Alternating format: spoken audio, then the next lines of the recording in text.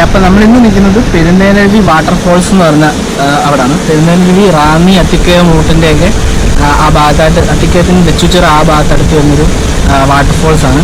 ഇത് പമ്പാ നദിയിലാണ് ഈ വാട്ടർഫോൾസ് ഉണ്ടായിട്ടിരിക്കുന്നത്. ഭയങ്കര രസമുള്ളൊരു വെള്ളച്ചാട്ടമാണ്. ഭയങ്കര അപകടകരമായ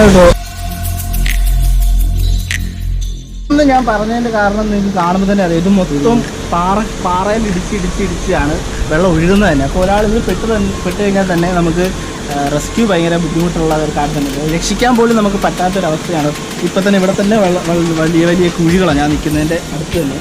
ഇതിൻ്റെ വീണ തന്നെ കയറി വരാൻ പോലും പറ്റത്തില്ലാത്തൊരവസ്ഥയാണ്. അപ്പം വെള്ളമുള്ളപ്പോൾ ഉള്ള നമുക്കൊന്നും